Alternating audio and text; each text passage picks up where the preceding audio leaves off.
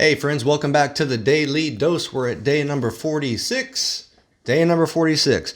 You know what that means? That means we've got Psalm number 46 and Numbers 19 through 21. Let's jump on in. All right, so in the summary today, we look at the first thing that we see is this thing called the water of cleansing that the Israelites make. So they're instructed to take a red heifer and sacrifice it. So they sacrifice this red heifer, they kill it. Afterwards, they're supposed to burn it, offer it like a burnt offering, basically. After it's burned, they're supposed to collect the ashes.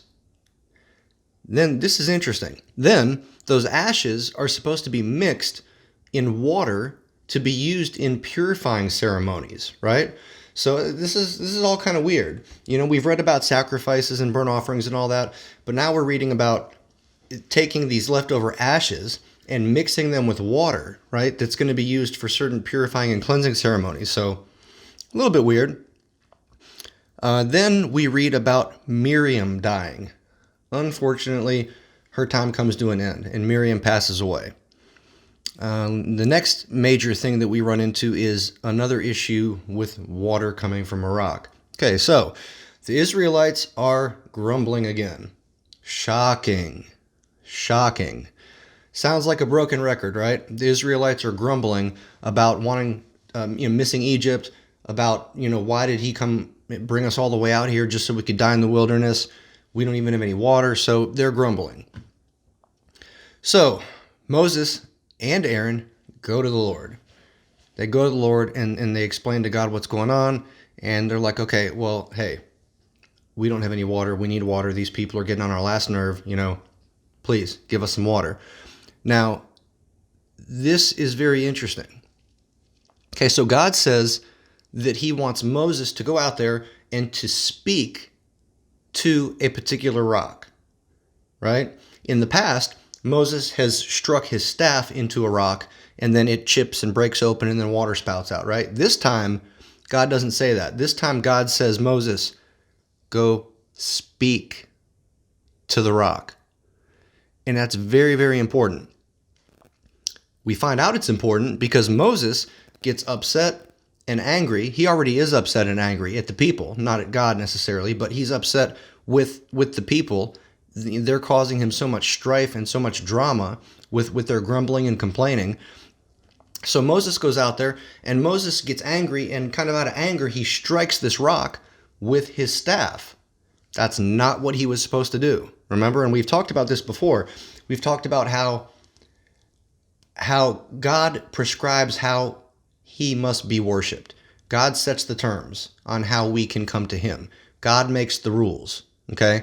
And when God makes a rule, God expects his rule to be taken seriously. So when God tells him to speak to the rock, Moses doesn't. He gets angry and slams the staff into the rock.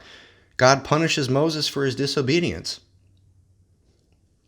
And in kind of a serious way, we come to find out that basically because of this event, God is not going to allow Moses to enter the promised land. He's going to allow Moses, before Moses dies, to go up to the top of a mountain and to see into the promised land. But he's not going to allow Moses to enter the promised land because of this. So as we go on through the chapter, there's a place called Edom, and the people are trying to go, through this place called Edom on their path. But the people of Edom deny them passage. They don't allow them. They're like, look, you're not coming through our land, whatever. So from there, we read that Aaron ends up dying not too long after that. So unfortunately, we lost Miriam. Now we lose Aaron. Then we move on to talk about a place called Arad. So in Arad, I guess that's another kind of nearby city, sort of like Edom. And the Israelites are trying to go around Edom because they don't want to ruffle those people's feathers for no reason. And I guess they're taking the long way around to try to respect these people's area, their land, their town.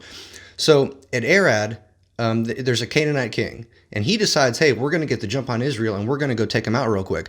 So this Canaanite king, Arad, attacks Israel.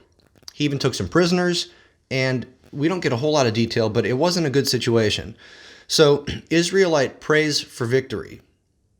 They pray about the situation. That's a good thing. We need to pray before we take action. Israel prays, and the Israelites pray, and they pray for victory. They go back into battle, and Arad and all those peeps are destroyed. They wipe them all out. So they have some faith. They approach God in prayer, and God grants them victory here. So after that happens, the people continue to grumble on their journey. Grumble, grumble, grumble, okay? God gets upset, and God sends poisonous snakes into the camp as judgment for this unbelief and this complaining. So a lot of people get bit by these snakes, and they die. Now, when God sent quail, and there were 3 feet deep of quail for a day's walk in every direction, that's a lot. Now, it doesn't specify how many snakes he sent, but if he sent poisonous snakes, I'm thinking it's probably more than 2 or 3 snakes, right? It was probably kind of a big thing. Probably pretty scary. So a lot of people get bit and die from these poisonous snakes. The people repent and ask Moses to pray for them. Okay? So God tells Moses that he wants him to create a bronze serpent, create like a serpent snake sort of a figure out of bronze, and to take this and mount it up on a staff and display it somewhere so that it's up high. And God says that if the people will look at this bronze snake, they will be healed. Kind of weird, but that's what God tells them to do. From there, we read about the Israelites journeying to Moab. They come to an encounter with these 2 rulers, Sihon and Og, and we find out that, again, similar to before, the Israelites ask for passage. They are denied passage, so they end up taking out this guy, Sihon and his people. Og, this other ruler, meets with them, takes his armies to fight, and they wipe out Og. So there's this big battle, and Israel is... They're the victors. They come to victory. So that's kind of where we end today.